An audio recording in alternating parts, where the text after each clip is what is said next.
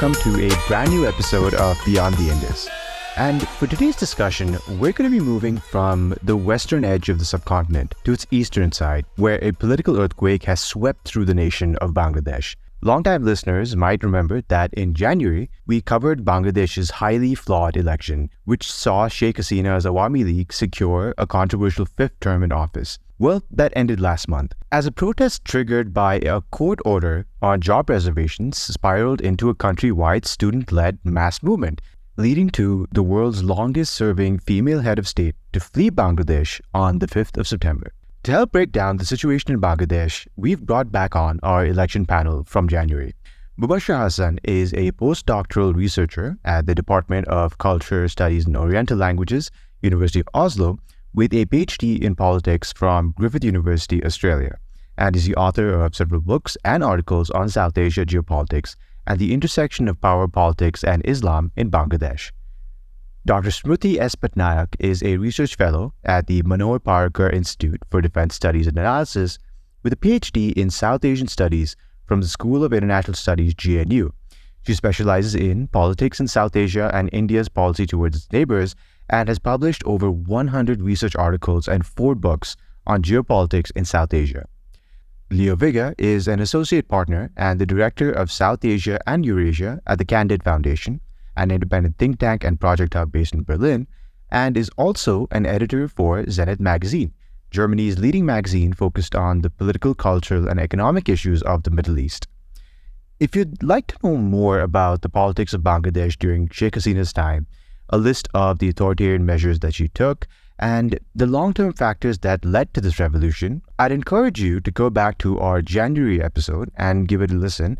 But for now, let's explore the triggers and events leading up to the overthrow of the government, the challenges facing the interim government in transition, the role played by social media and foreign actors, and the outlook for Bangladesh in the aftermath of its monsoon revolution. Stay tuned.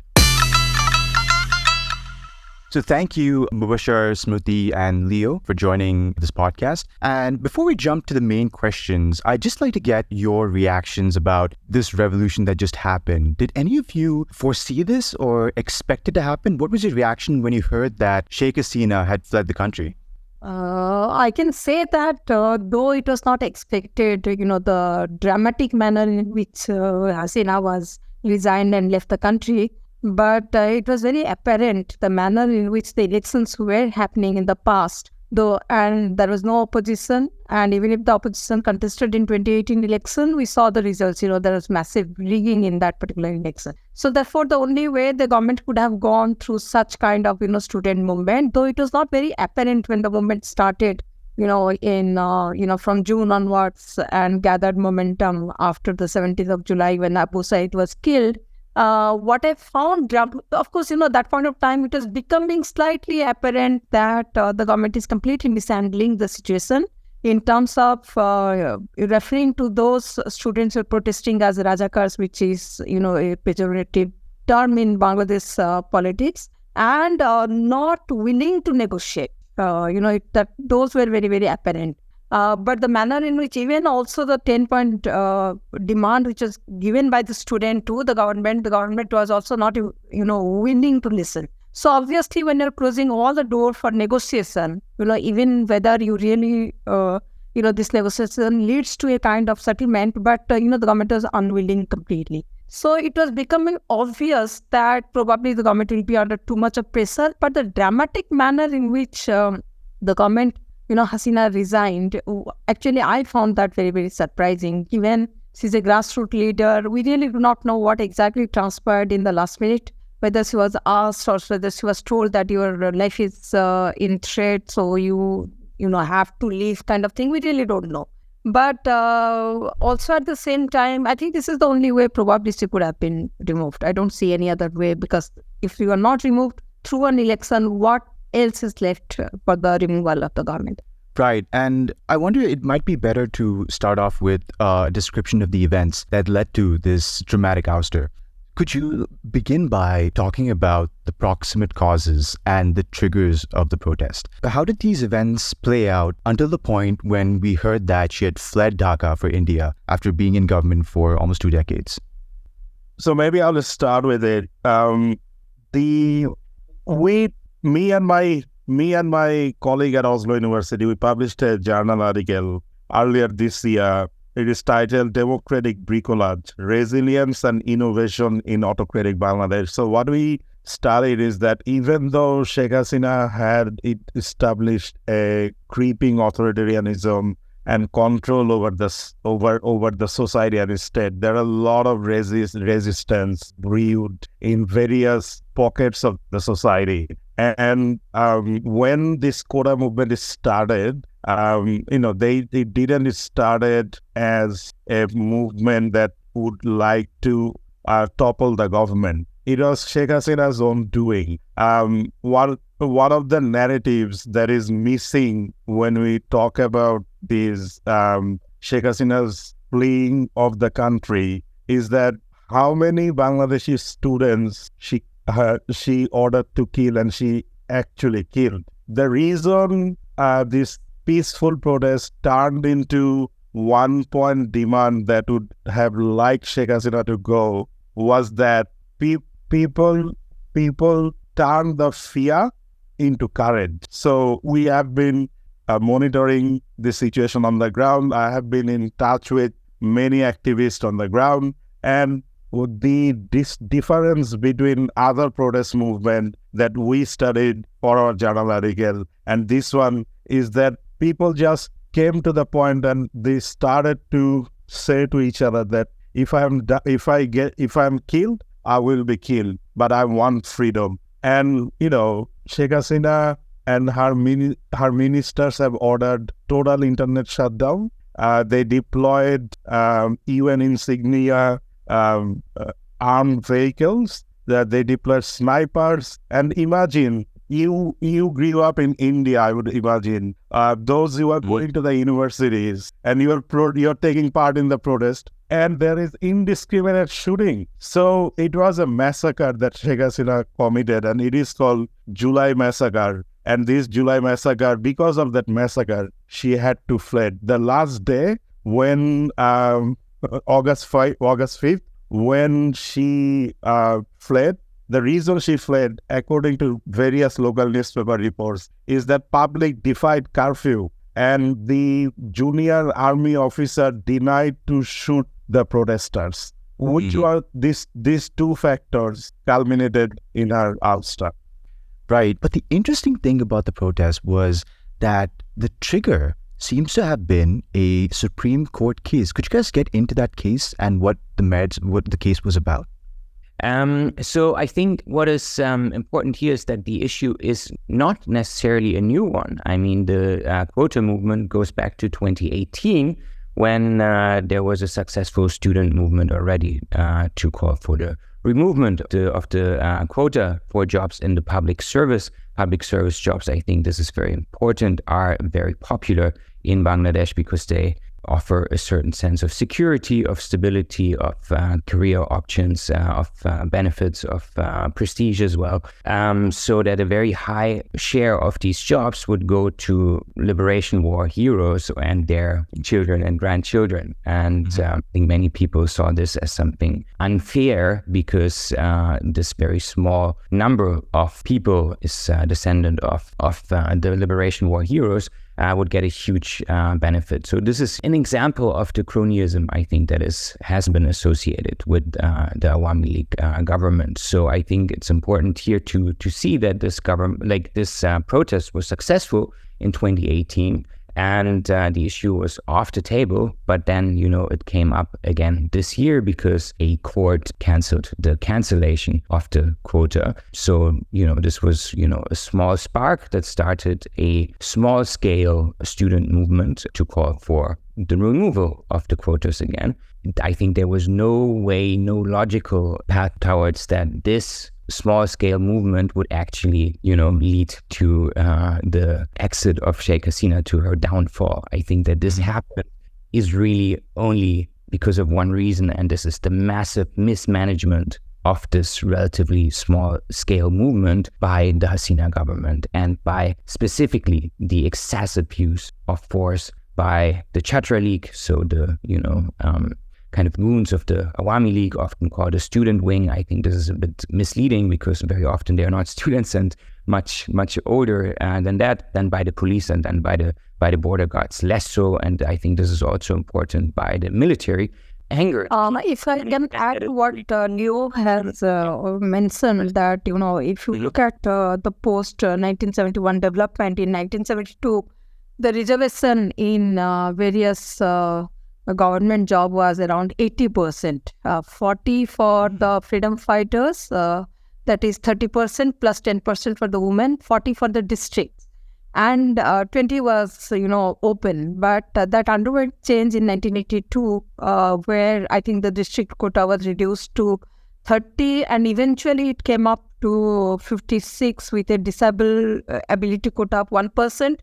And what actually happened in 2009, when these particular, when you don't have really freedom fighters, to occupy those, that reserved seats, this was extended to grandchildren. And I think the most important issue is that many of those people were close to the government, and many of them, they got fake a certificate to prove that their forefather fought the liberation war.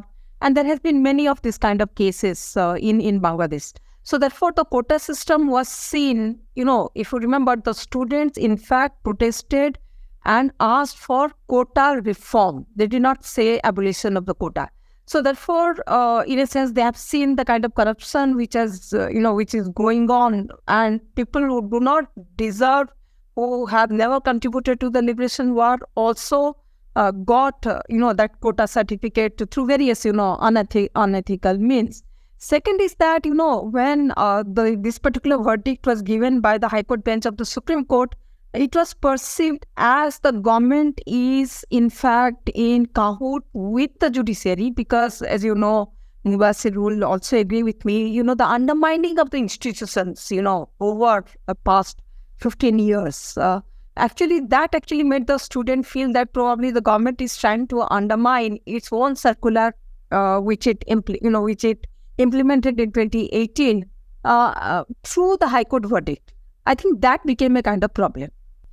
Indeed. But my question is, what was the moment where she decided, or it was decided by, let's say, the army, that she could not continue? Was there a particular moment or event or decision that caused the army to tell her to allegedly leave in less than 45 minutes, if I'm reading correctly? I think the dynamic over the last days of her rule was basically that, there was more and more violence by the security apparatus, more and more people kind of going on the street to protest that. And I think on the Sunday, on the 3rd, one day before she fled, I think, that again, a curfew by the army. There was the shoot outside order. And still more and more people were, starting to break that, and it was kind of, this the rule of fear kind of eroding. Yes, the rule of fear, I think, was eroding. More and more people were so frustrated with what was happening that they felt that they could go on the street and protest, even though this would get them in danger. And but I think even on Monday morning, on the 4th, when she fled later on, I was actually very worried, because what I expected was not necessarily that she would flee the country, but that there would be an, again, unprecedented use of, force, basically a massacre by the security apparatus, by people, on protesters, going on the street and kind of protesting against everything that had been going on, and the curfew, breaking the curfew, basically. So I think the pressure was, mounting so much that I think for the greater good of Bangladesh, the military was not willing to follow her shooting order anymore, and it's really changed the dynamic there. And I think this is especially noteworthy once you take into consideration that the head of the armed forces is, through his wife, a relative of Sheikh Hasina, and is was widely seen as a loyalist who's just been appointed into that position very recently, so that, even he had no other choice. Telling us that he cannot follow with this massacre on the people was quite remarkable. Just to add to Leo's comment, is that Bangladesh military is a professional organization, even though there are a lot of news about compromise of values and stuff under Sheikh Hasina's regime, but they still are probably the third largest contributor at the UN peacekeeping mission, which brings a lot of prestige to the institution, and that military could not continue contributing in shooting its own citizen at one hand and keep participating in UN peacekeeping mission. I think that also played a role in military's lack of interest in shooting its own citizen. I think the dynamic there between the different wings of the security apparatus was also quite remarkable. That the police and the border guards were really heavily using force against student protesters. The army was brought in later on and had a much more ambiguous reaction towards the protests. And because of that, I think as an organization, as an institution, was by far less compromised by the Awami League and mishandlement of the situation. Right.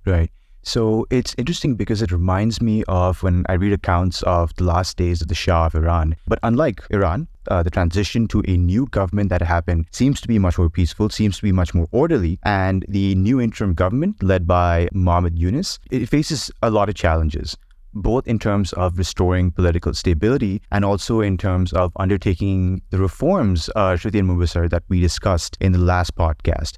Could we discuss the current government setup and its plan of action? Who is ruling the country right now? Is it the army? Is it the opposition parties, the student movement? What are the next steps that need to be taken towards restoring democracy? And how does the government plan to tackle some of the challenges, for example, with the economy that the country is facing during this transition?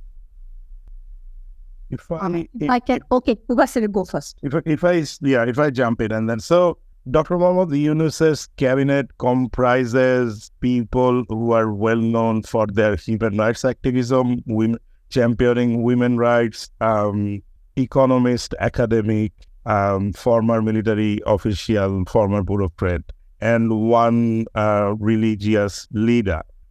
One of the challenges for Dr. Mohammed Yunus's government was to restore law and order.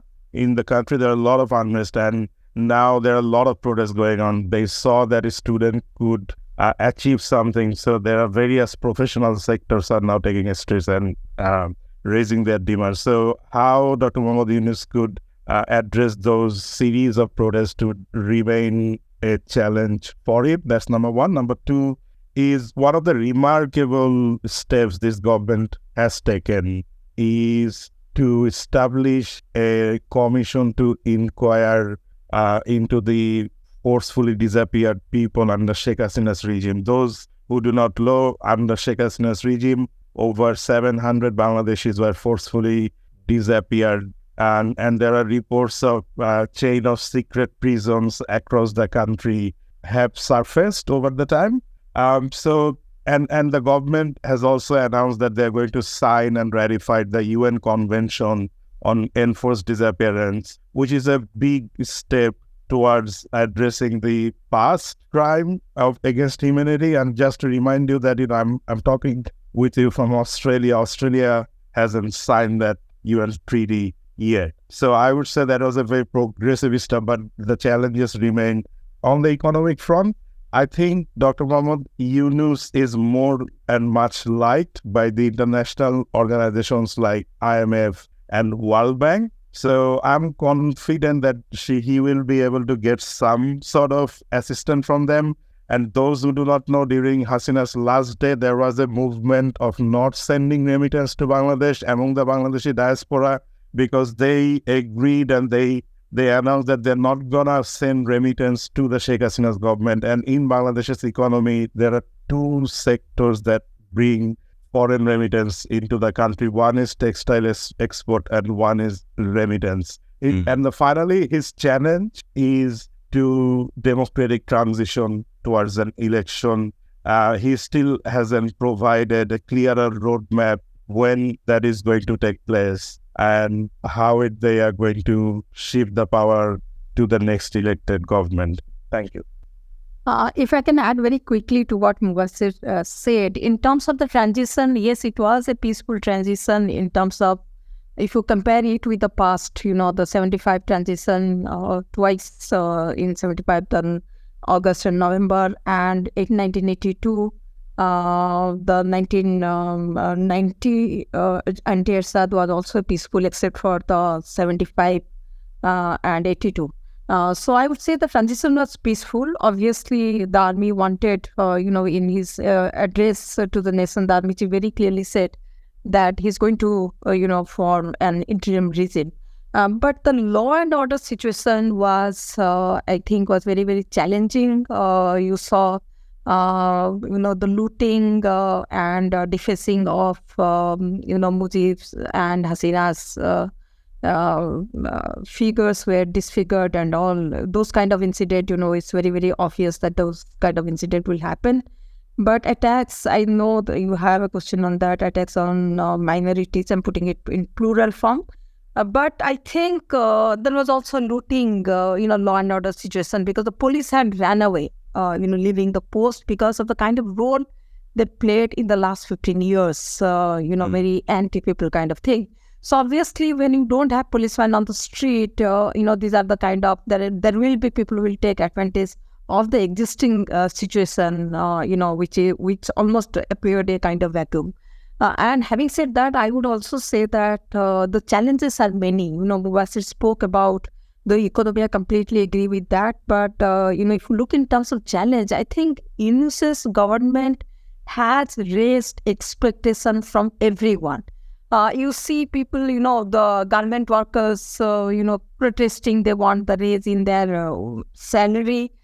You have, various kind of people, some people who want promotion, who have not been given promotion in the last. So, in a sense, it is challenging for a new government, which wants to do reforms, carry out the institutional, revival of institutions in terms of, so that the institutions are independent. And, repairing the economy, which has been completely affected by the kind of corruption one saw. 6 banks are almost paralyzed by the SLM group. And so therefore, there is a very, very raised expectation. So when you have an interim regime, which, obviously it will, the mandate is not fixed. They're trying to fix things. But in that sense, if there is so much of expectation, it becomes very difficult for the new government to really adjust, the manner in which people think everything that this government can deliver. It has challenges. It cannot deliver everything what the people expect, but there is a lot of expectation. And that probably will prove to be a challenge to the interim regime, I would say. Right. And I do have a question about the process of institutional transition, especially because Sheikh Hasina would have captured a lot of those institutions during her reign and put her own supporters in there. But before we move on to that, my question is, who is ruling right now? To what extent does Dr. Yunus have his own mandate, or not mandate, but like the ability to execute the reforms that he has? Waqar-ur-Zaman and the army, how long do they intend to keep power? What of the opposition parties, the BNP and the Jamaat? And what of the student movement? What are their interests and demands in this process? So could you talk about the different members of this coalition that came together sort of to overthrow Sheikh Hasina? What influence or what demands do they have right now? Sure, I may start if you want, and Mubashir would just add. And thank you for your excellent points that you already made. I think what's important here is also that, a revolution is a moment that, cannot be underestimated in its complexity. And I think the way that things have played out so far are really, really remarkable in that sense that, you have a student movement that wanted to play an important role. You have the political opposition like Jamaat and BNP that wanted to play an important role and capture the moment. You have the military, of course, and you have remnants of the old Awami League government and the bureaucracy. So a lot of, different parts of society that want to capture such a moment of collapse and capitalized on that. And I think that Yunus came in was such a powerful message, actually, and a huge achievement by both the military and the student movement, that they were, able to convince him of taking up this position, because, I mean, he is really, to a certain extent, a larger-than-life figure, someone who is really respected across various political, fields in the country, and you really can bring together, the different societal actors here. And I think so far he has really done a great job bringing in, I think, a wide coalition of people like Adilur, who's a famous human rights activist, bringing in a Deobandi scholar, as bringing in people from academy, like having 2 advisors from the student movement. I think all of this are pretty remarkable steps in such a complex situation that is happening right now. Is this going well, or is it without any challenges? Absolutely not. Of course, there are many challenges that Yunus has to face at the moment domestically. Of course, the rule of law situation is important here. I think it's important also to point out that after a couple of days where the police was not on the street, the law and order situation has increased considerably over the last days. Already, the police is mostly back, and I think what we can see now is, of course, in a variety of institutions, that there's kind of a power brokerage happening. I think we can see that, for example, with Ansar, the members of Ansar paramilitary force or auxiliary force have been quite unhappy with their treatment by the new government. This is one example of many similar challenges that the government has to face now. But I think so far it's also remarkable to point out how well they've actually managed a very, very complex situation. Yeah. So for example, I see the BNP, though, of course, it is preparing for the election. It's actually the local organization which was completely demolished by the previous regime, the Awami League, is slowly, coming up. But I feel the Jamaat has a much more stronger hand compared to the BNP, because the Jamaat is much more organized. This is an initial kind of thing. It appears it's very difficult to make, what exactly the situation is. On the terms of the military's role, I would say that the military, obviously, in the circumstances under which the interim regime has come into place, the student movement, and the student very clearly said that, we don't want the military. There were posters which came to this effect in social media. So military could not have, taken over at that point of time. But having said that, I would say that, obviously the military will give a free hand to the interim regime and see how it progresses. But military will remain in the background. If you have seen the ISPR press release, I think 2 days back, which, where the army commander met many of the officers in one of the army conferences, it was very clearly said that the military would like to give the interim regime, some time. They are not in a hurry. But depending on how the situation develops, probably, that actually will determine what is the kind of role the military will play. In Bangladesh, especially post-1990s, the Bangladesh military is not interested in, being in politics. But however, they have been forced both the times, out of the situation, like 2007, when the UN said that, it will review Bangladesh Army's participation in the UN peacekeeping if it sees as supporting the controversial election that was in 2007, 22nd of January. So I would say that, they are a nationalistic force, very, very professional, whatever the interaction I have with them. So therefore, they will remain, if one can define them, a guardian angel kind of thing, provide that space for the interim regime to carry out the reforms and then move forward towards election, I would say. One of the issues here is that we have heard a lot about reform, but the critics argue that there is no clear-cut roadmap provided by the government that what reforms he is going to undertake and how long that will take. And just I wanted to point out one of the weakness of this government is that it didn't include any advisors with a strong political background. So to the critics of this government is that politics is not only about doing good things, it's also about managing the streets of Dhaka and managing the streets of Bangladesh. And Bangladesh is a large country, it's a huge country. I think there needs to be some sort of agreement between the major parties and Dr. Mohammad Yunus's government, even behind the door, to make Yunus's government a success. But he will continue to face various soft pressure from the political parties to move forward towards an election.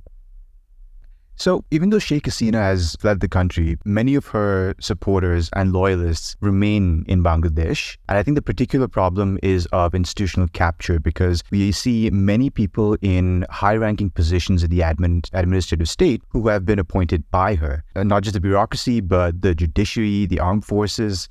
We've seen some disturbing incidences of mob rule, at least in the initial days, the purging of judges, administrators, and other individuals that are believed to have sympathies or ties to the Awami League. How does the government and the protesters, how do they intend to deal with the Awami League as it exists in Bangladesh right now and supporters of the former government? Do you see them striking a balance between reducing the Awami League's influence and the need for institutional stability and continuity? And to what extent do you think has there been a proper restoration of law and order across the board? And is there a formal process to manage this transition?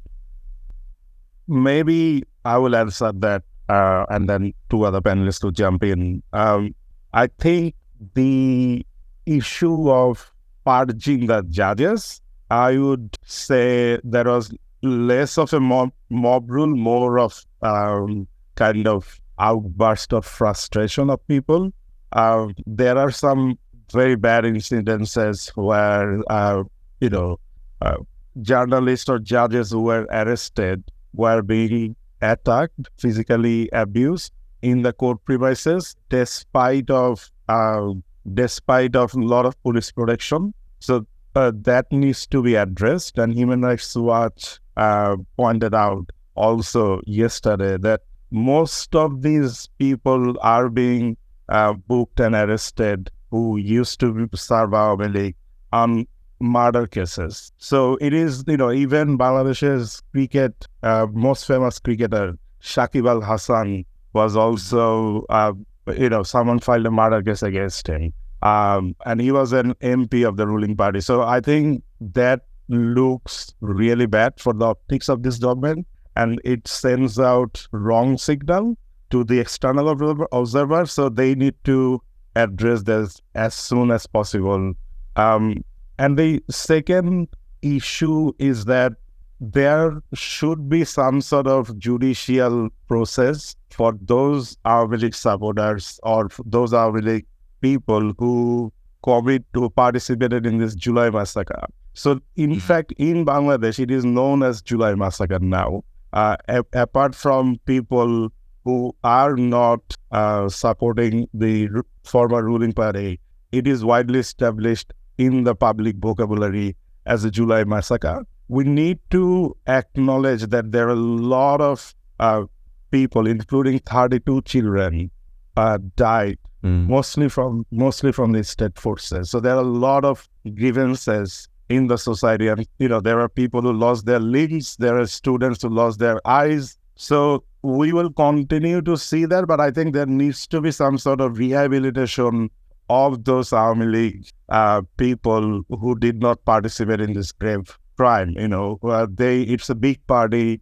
They have network in every villages, every towns, and you can't just exclude that big population from the mainstream politics.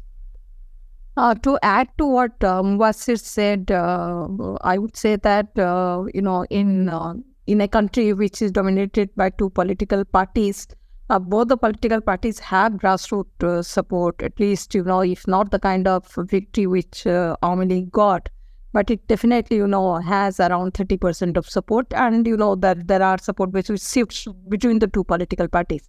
But the thing is that I also would say that, as Mubasir also mentioned, that those people who have been involved in the killing, corruption and all, they need to be tried through a proper judicial process, whatever, there's no denying of the fact that the last government was, many people were associated with the last government were involved in corruption.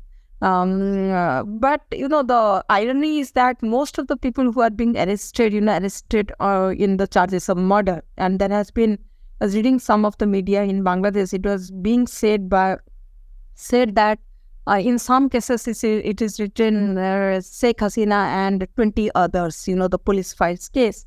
And after that, the 20 others are filled by whomever they can lay their hand on. And this is not, this is very difficult to prove many of the murder cases. So it is, it is also necessary that they should be arrested also on charges of corruption. For example, Salman Rahman is arrested on the charges of murder. I think the charges should have been on corruption, and then proof. There is ample proof because these people have left their footprint as far as the corruption is concerned. So therefore, it appears to me at present, is a kind of revenge politics, and whatever the people protested against is actually, the same thing being repeated, which makes me a little, I won't say skeptical, a little apprehensive about where the regime is moving. It appeared as if, they don't have any kind of control. The police is engaged in the similar kind of thing as they did when the Awami League was in power, doing the same kind of thing to the BNP. So in a sense, there need to be change in the modalities of filing these cases, and that actually has not happened, in this transitional phase. I think this is really one of the main challenges right now, as has been mentioned by two previous panelists, that there is a lot of retribution going on. And it seems that, especially over the last days, there have been ample cases, faulty cases, cases that seem to be mostly politically motivated, against members of the old government. And I mean, of course, we see this across all institutions, because the reality is, of course, as you said, that there is, that there has been a huge amount of institutional capture by the previous regime. So if we look at universities, for example, if we look at judiciary, police force, everywhere, even with Ansar, there is, there are everywhere these kind of retributive battles, basically, sometimes within the legal system, sometimes not.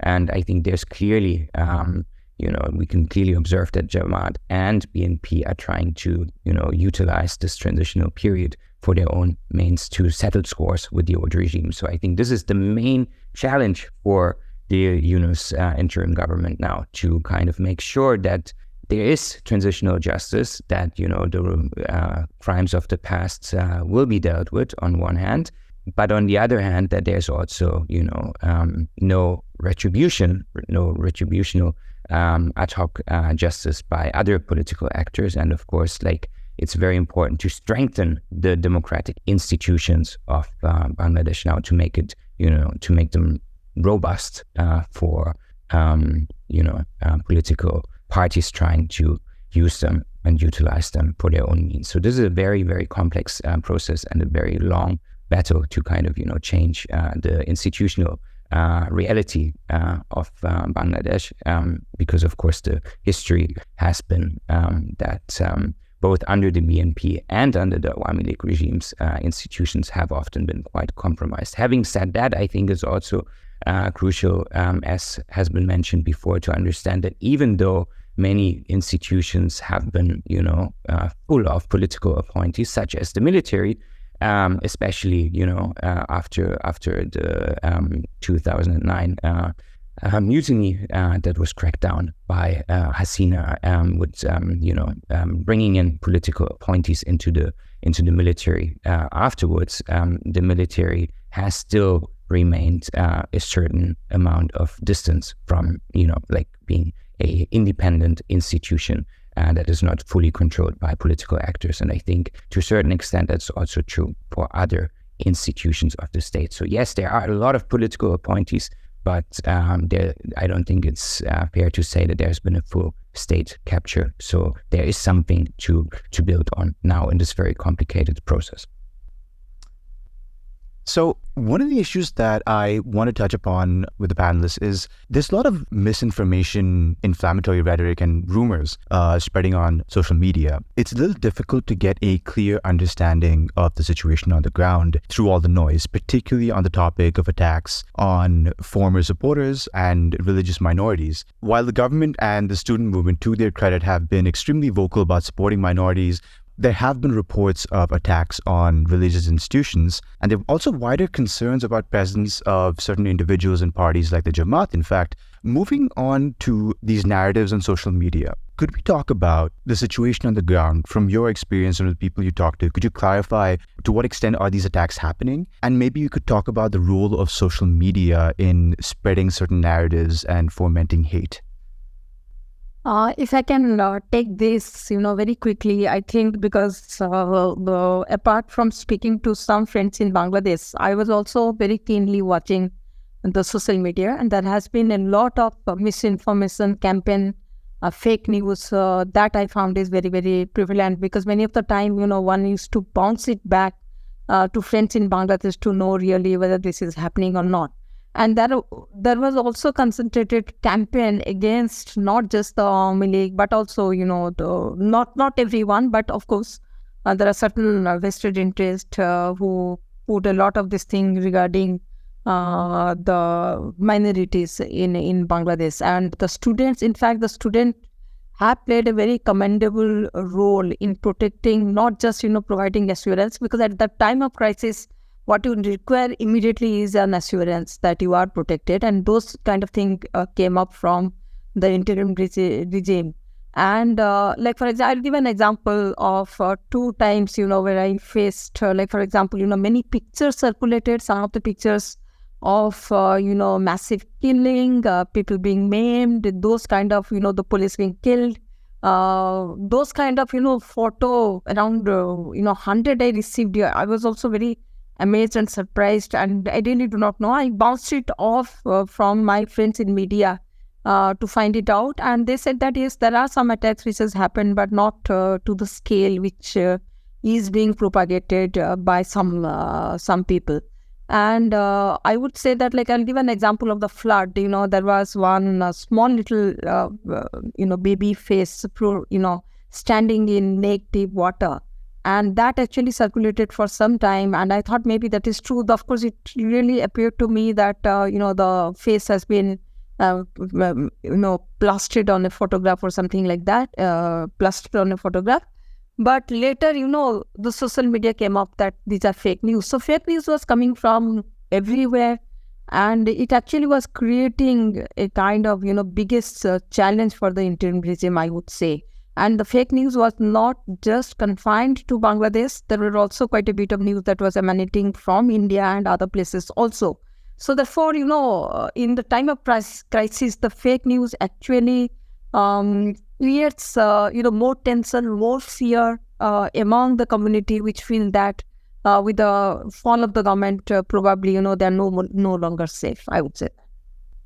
I'll just quickly share a report that came out in Bangladesh's popular daily Prothom Alo, which quoted a report by a fact-checking organization called Rumor Scanner, and they investigated 50 accounts on X, which used to be known as Twitter, from 5 of August to 13th of August. And they found that the 72% of those accounts which were promoting misinformation about attacks on minorities in Bangladesh were and also they were in fact spreading fake and misleading information. And what is interesting is that that fact-checking organization points that to India, and that reports also refers that among the account holders are several responsible individuals and even mainstream media outlets in India that have propagated some of this false information. So I thought that was quite an interesting angle. I don't know why India, why that a large part of misinformation about the attacks against minorities will come from India. But that was the report that was published in Bangladesh Daily Proclamation and also republished in The Wire in India. I can quickly follow up on that as well, that I heard that in a lot of conversations with Indian friends as well, that they were very worried about the situation of the Hindus in Bangladesh. I think what's important here is, as has mentioned, that there has been there have been incidents of violence, yes, for sure, in this, after the collapse of law and order situation, but there's by no means a genocide of the Hindus in Bangladesh. I think it's also crucial to look into, the dynamics there, that the Awami League has been supported by many Hindus in Bangladesh. So a lot of attacks, I think, against Hindus were not in the first place against Hindus, but against representatives of the Awami League. And also, I think another issue is that I think the reality of Hindu livelihoods in Bangladesh is a complicated, complex topic. It's true that to a certain extent the Awami League has been a supporter of Hindu rights, but I think this is not limited to Awami League. I think in general, in my understanding, there is a broad consensus within Bangladeshi society to respect minority rights. And I think attacks now have also happened against other religious minorities, such as Ahmadis or Sufi shrines have been attacked in very limited instances, but there's also been neighborhood, support for those communities that have been attacked. And I think also important is that during the Awami League rule, I think, the livelihoods of Hindus in Bangladesh was also by no means, a paradise as it's been, sometimes depicted in Indian media. But again, it's a very complex reality, a very complex community. 13 million Hindus are living in Bangladesh. This is half of the population of Australia. So, livelihoods are very, very different. I remember that I spent, for example, Holi this year in Dhaka with the cleaner community, in the cleaner colony, which is a Hindu Dalit community, which has been living in old Dhaka since centuries. And, just, a few months after spending Holi with them, I received the news that they were facing eviction from their colony. So this happened under Hasina's rule, and I think this happened quite often, that, especially impoverished Hindu communities, low caste Hindu communities have been, drawn into property issues and were facing eviction, for example. So I think this is also part of the very complex picture of the reality of the Hindus of Bangladesh. You're right about these different sort of narratives being built up on social media. In fact, I don't want to get into the politics of this, but I was quite shocked at the supposedly relatively legitimate figures on the right wing of India, screaming around like headless chickens about a genocide before proper information had come out. And at the same time, you're seeing a lot of misinformation on the Bangladesh side. So there's a lot of misinformation going on out there. Has there been a tempering of emotions on this? Do we see an ebbing of the narratives and the misinformation on social media, or is that still ongoing? I think that it is improved. It has improved quite a lot. And especially also Dr. Yunus reached out and had a chat with Narendra Modi to ensure him as a biggest neighbor. And Dr. Yunus reached out to the minority groups as well. And I think one of the key messages he gave, which is quite important, is that as long as we keep speaking about minority rights, it will be something disconnected from overall rights in the country. So Dr. Yunus has emphasized that we all should think of improving human rights all over Bangladesh, which will then essentially will mean that minority rights also improve. So that message has been accepted quite well, I think, across all communities, majorities, minorities, And yes, I think there is less and less misinformation now than what was there in the immediate aftermath of the fleeing of Sheikh Hasina.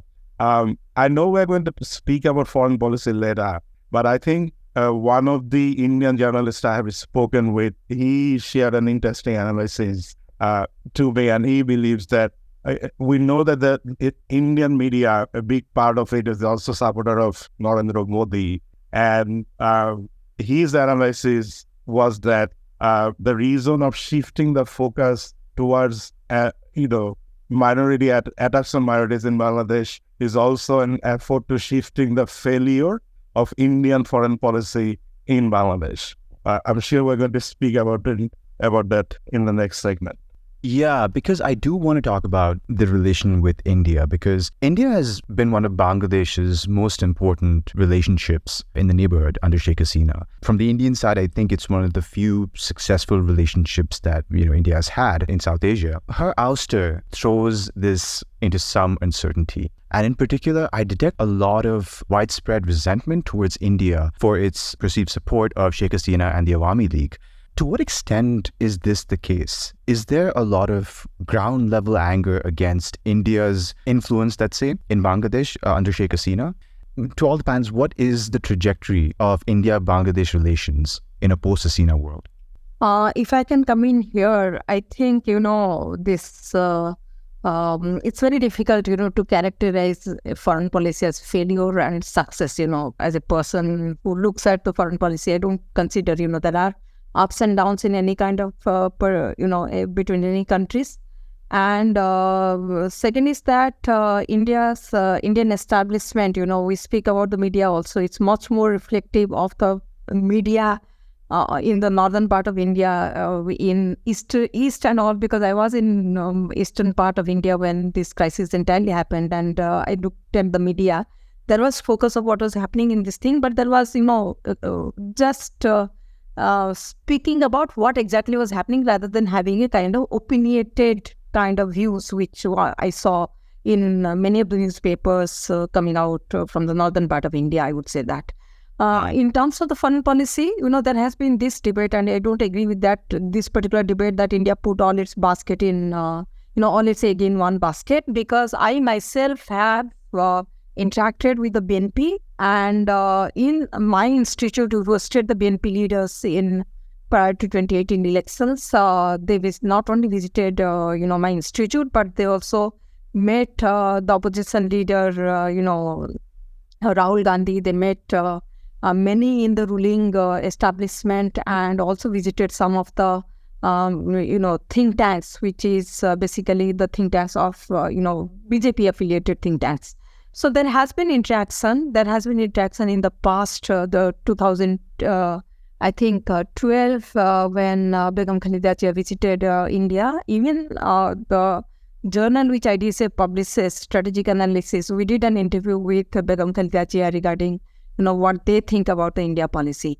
So obviously there is a perception, as you have rightly said, because it's not what actually happens. Not everybody is privy to what is happening, including, even if you are scholars.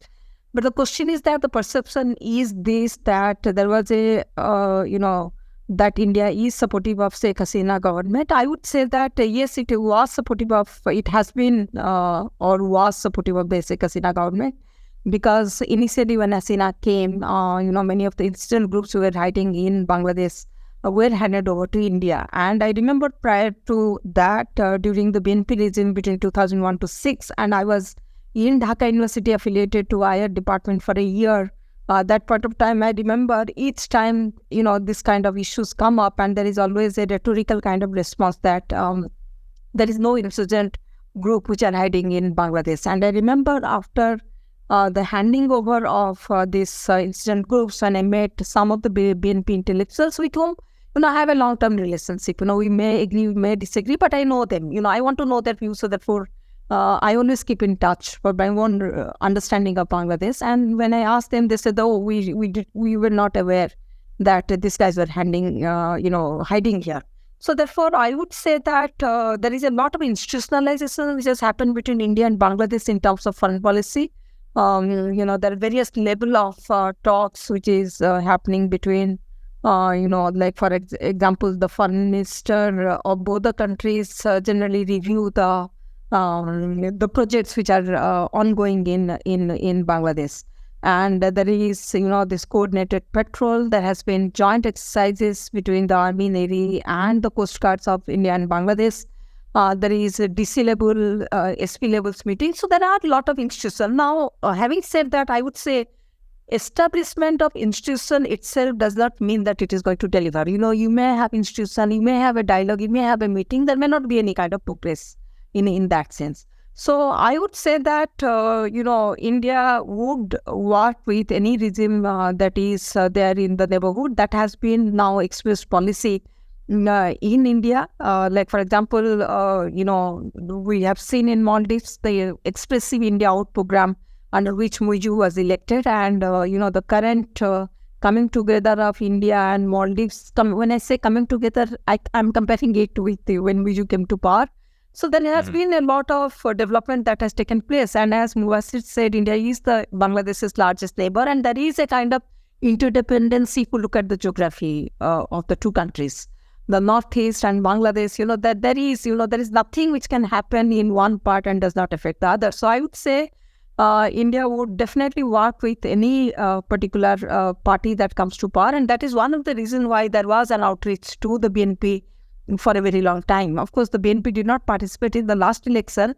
And in fact, one of the factors that was that India was insisting the BNP's participation, though it's completely free. It's not that, people are not aware of what is happening in Bangladesh. There are many Bangladeshis who come and meet officials here and convey exactly what is happening. But what do you do when there is a government which has put an internal mechanism which helps her getting re-elected and re-elected? And this is, therefore, I always had argued that there is no other way for Hasina to go out of the power other than, the kind of movement one saw. Of course, I did not expect, the movement to gather so much of momentum. But I would say, having said that, I would say that the foreign policy, of course, is between the two countries. There is also another question which I always keep on hearing, that India needs to establish relationship with the people. How do you establish relationship with the people? Do you do it without the government? You can't do it without the government. For example, if that is the case, for example, the 250 million grant which India provides, most of them are implemented in developing village roads, empowerment of the women, and that kind of thing. And if you look at the visa policy of India, the largest number of visa is issued to Bangladeshis, and especially, of course, I saw it yesterday in the newspaper that there was demonstration in front of India's visa office in VFS in Dhaka, because many people are not given visa, and India has said it will only prioritize the medical visas, other than, it is not going to prioritize at the moment the tourist visa. So therefore, I would say that, people to people, if a government, I'm not speaking of Hasina's government, I'm speaking of government in general. If people elect a particular kind of government, if you have a relationship with that government, you have a relationship with the people. Otherwise, I really don't. Like, for example, between India and Nepal, you can say people to people contact because there is open border. You don't require the government even to sanction your visa. But in the context of Bangladesh, of course, you have to work with the government because the government represents the will of people. Unfortunately, in the context of Bangladesh, that was not so in the past, at least 10 years. I'm not speaking of the 2008 December election. I'm speaking of 14, 18, and 24 elections. I can't add much here, of course. But I think my understanding, and I would be interested in hearing your perspectives on that as well, was that... and this is what I got from Indian defense circles, basically, that India was in fact, in close contact with other political actors in Bangladesh as well for quite some time. But actually that over the course of maybe the last year or 1.5 years, these contacts have kind of, been reduced quite significantly, that the security apparatus of India came to the conclusion that actually on the long run they can't really work with anyone else than with the Awami League, which I think to a certain extent would explain why the change of government in Bangladesh has been received as such a shock by right-wing politicians and media in India. that's one thing. I think the other point that I want to add from, I've been visiting many universities over the past 1.5 years in Bangladesh, and I think what students were telling me in Bangladesh was always that in general, most of the time they are quite interested in having good relationship with India, and that's very important. However, that they feel very often that this notion of India being a mitra, an ally to Bangladesh, has not been really filled with life by the Indian side. And I think very many students were reporting, like in their daily interactions with India or Indian institutions or Indian friends, a certain level of arrogance from India that might be justified or not. I can't, give my assessment on that, but I think this is a notion that I've been coming across quite a lot. Also, for example, with the visa issue, that it's been very difficult, I think, or increasingly difficult over the last year for Bangladeshis to get a visa to India. That there have been, many Bangladeshis who were invited to conferences in India who did not get visas. For example, then of course now with the flood issue, this is a very complex matter. I don't want to get into many details of that, but I think what can be fairly said is that there's been certainly a lack of understanding between the interim government of Bangladesh and the Indian government on, the modalities of dam openings. And I think all of this, fuels an already existing sentiment in Bangladesh that is, kind of not feeling respected, I think, by India. And I think this is something important to take into consideration. Mm-hmm. Let me quickly jump in and summarize the Bangladeshi perspective. Especially, your question was how ordinary Bangladeshis are viewing India, if I got that correct. Right, and it's funny because this normally I try to take myself out of these stories, but one of my best friends is Bangladeshi. Actually, has texted me and he was demanding to know why India is spreading fake news about Bangladesh angrily, and I don't know how to respond to that. So yeah, Vishal, please go ahead. And so this is how Bangladeshis ordinarily perceived. If you look into the student uprising, what was the one core reason of the uprising that moved to oust Sheikh Hasina was that serious human rights violation, right? There's this massive level of massacre and shooting of own citizens, and that triggered that anger where people decided they're not going to stay back at home because they are not safe if they don't take the street, and if they have to die for freedom, they will. So if we understand that sentiment, we need to understand also, foreign policy is not one-dimensional. Foreign policy has many dimensions. Of course, two governments needs to work, but at the same time, governments needs to stand up. If they, like America did in Bangladesh, is that while they kept their engagement in Bangladesh, they also voiced serious criticism of serious human rights violation in Bangladesh, and they voiced their concern about the flawed elections in Bangladesh. And what is most interesting is that even during this Israel-Palestine issues, Bangladesh being a largest Muslim country, they didn't voice their criticism to America the way many other Muslim countries did, is because they understood that they stand for the freedom and rights of the people. So I think that's one of the core reasons, perhaps going forward, Indian foreign policy establishment could consider that whether there is this opportunity to engage with people, just to, even issuing a statement. That's and I'm not a foreign policy expert. Shruti engages more than me with the foreign policy establishment, and she has written a lot more than me. But this is from the perspective of an ordinary Bangladeshi. And the second one and the final point is that there is this big report in the Washington Post that came out on August 15, 2024, and that report title was that India pressed US to go easy on Bangladeshi leader before her ouster. And there's a widespread sentiment among the Bangladeshis that, they expected that there would be more sanction on the Bangladeshi security operators who committed grave violation and help Hasina to move on to one-sided election. And it is not entirely true that India did not engage into the domestic politics in Bangladesh. If you look back in 2014, the then Indian foreign minister visited Bangladesh and Foreign Secretary, yes. What was her name, Shruti? What was her name? Sujata Singh. Sujata Singh. So she, she kind of convinced former dictator Ershad to participate in election. And that gave a wrong message to the people that, if BNP is outside of the politics, Jamaat is outside of the election, and if the election just takes for the sake of formality, our biggest neighbor do not raise any criticism. It's not. So that was the misconcept, I guess. I think I absolutely agree with Shruti that there is no failure in foreign policy. It's more about ups and downs, high and low.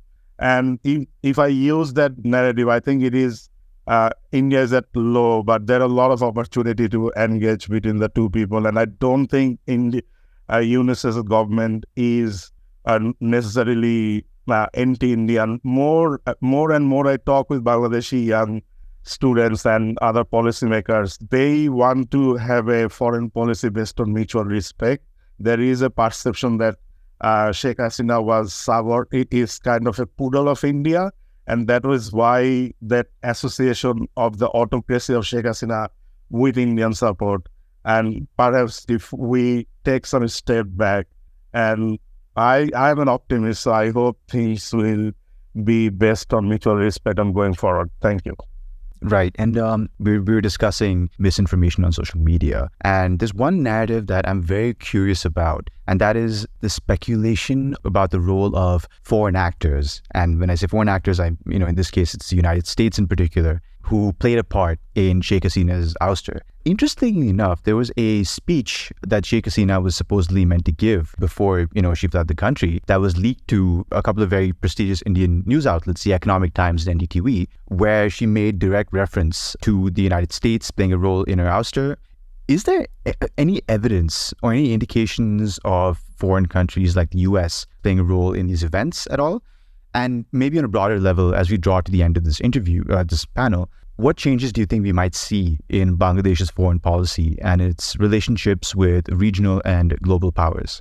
I think this is, of course, a very murky field where we have to speculate and see kind of, from outside what's plausible, because, of course, the US has, quite clearly denied any involvement here, and they have also denied that they're interested in building a base on St. Martin's Island. So apart from that, I think this notion that the US is somewhat interested in building a base or hearing post in St. Martin has been, communicated by Awami League representatives since quite some time. I remember that I came across this last year when I was at a conference in Dhaka.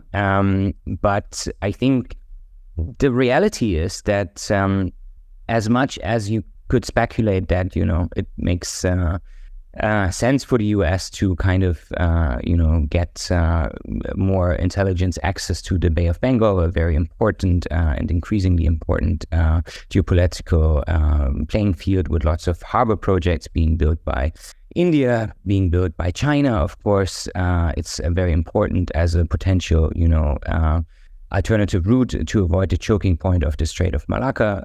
So, of course, I think, is it plausible that the US has a geopolitical interest in, getting its, intelligence presence increased in the Bay of Bengal? I think that is to a certain extent plausible. But I think what is not plausible at all, and I think we need to be very, very careful to, deduct this from here, is that the US have had any involvement in regime change in Bangladesh. These are two very different things, and I don't think that there are any reasons for the US to do that. I mean, starting from, what has been happening at the moment is, the situation in Gaza has, concurrently been very, very fragile, especially with the assassination in the last week of July of Hania in Tehran. There's been a lot of negotiations, diplomatic back-channeling between the US, Israel, Iran, and so on to kind of avoid a massive crisis in the Middle East, or an escalation there. I think, there's no way that the US would have the capability to stage a regime change operation in Bangladesh at the same time. This is just not plausible, in any way. I think this is one thing. The other thing is, of course, that the main issue, in the Indo-Pacific for the US is China. And there's a very clear understanding and debate by the Biden administration that whatever is, being achieved in the Indo-Pacific vis-a-vis China can only be achieved if there's a strong understanding between India and the US. So, US-India relations are a core strategic interest for the US. And, changing a regime in a country that is, directly bordering India and is of course a strategic interest for India, but not to the US, does not make any sense from a logical perspective in my assessment. But I'd be interested in hearing your thoughts on this.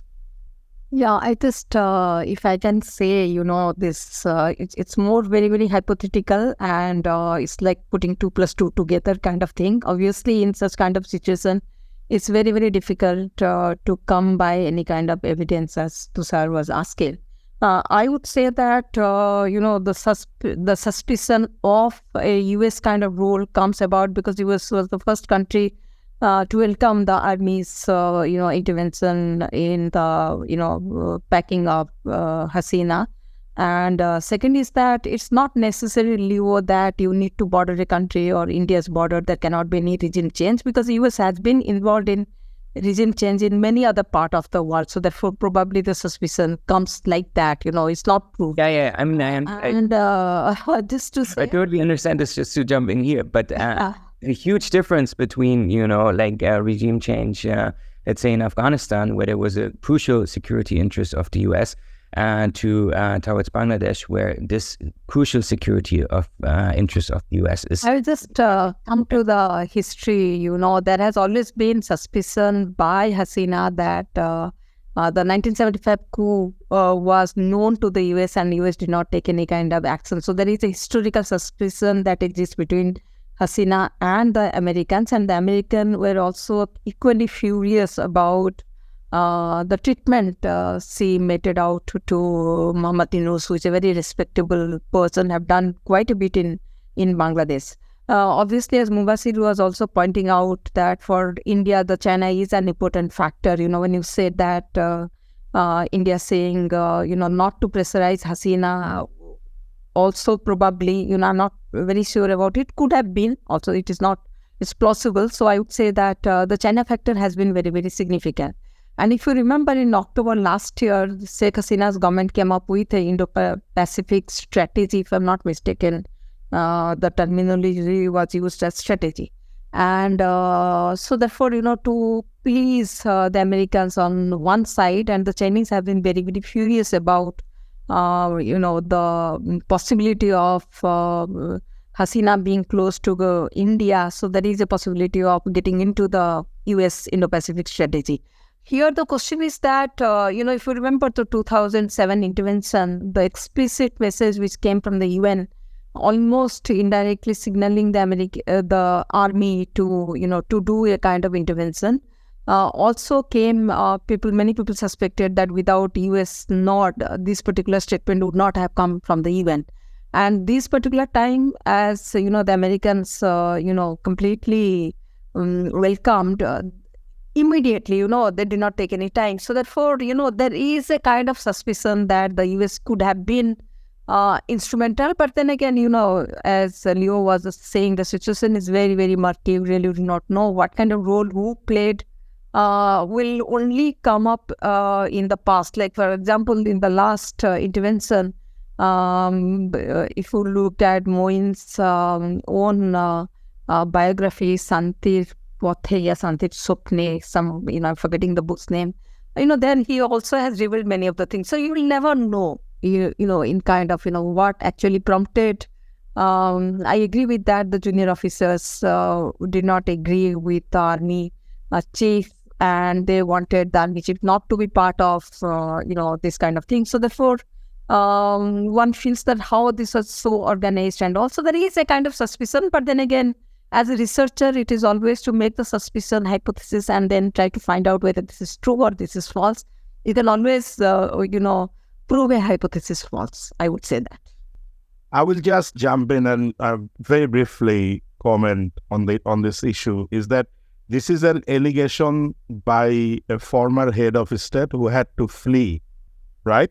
So that we need to understand the context of this comment, and that is quite visible that she doesn't want to take responsibility of the lives lost.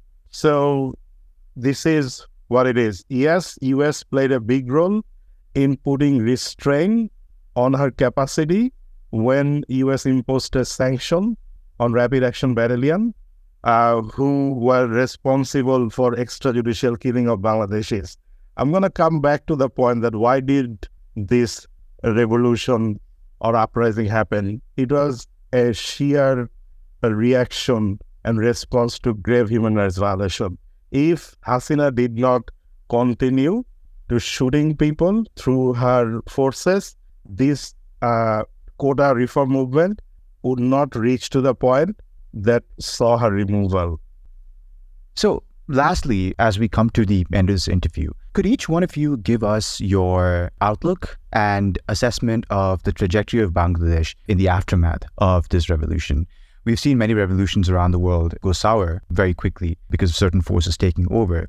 What do you think is going to happen in Bangladesh's case? What are the prospects for Bangladesh's democracy and its economy? Maybe we can start with Mubashir and then Smriti and Leo. So I think the prospect would be for the interim government is they will continue to face small challenges from various strata of the society, and at some point there will be pressure from the political parties to transition Bangladesh towards an electoral democracy. So I'm not sure how that will play out. If there is a lot more disagreement, then we may see that interim government is losing its grip. Economy-wise, I would be hopeful for two reasons. One is a lot of Bangladeshis live outside of Bangladesh. And as I mentioned previously, foreign remittance that are sent back to Bangladesh is one of the core source of income for the Bangladesh's economy. Side by side of Bangladesh textile export. And also, I'm hopeful that Dr. Mohammad Yunus, because of his goodwill, he will be appreciated by the International Finance Organization, and he will also roll out his social business model towards in Bangladesh to empower the youth. Whether he would have time for to address these big changes, there is $1 million question. Yeah, if I can say, I feel that when we speak of reforms, I had seen in 2008, 7-8, several reforms were carried out by the military-backed caretaker government at that point of time, and we saw what happened to these reforms, especially in terms of the separation of, judiciary from the executive, and many other reforms, and including, asking the political parties to have election within the democracy within parties, so that you have a elected chief of any political party. And we saw what happened to that. Both Sheikh Hasina and Khaleda Zia were elected for life.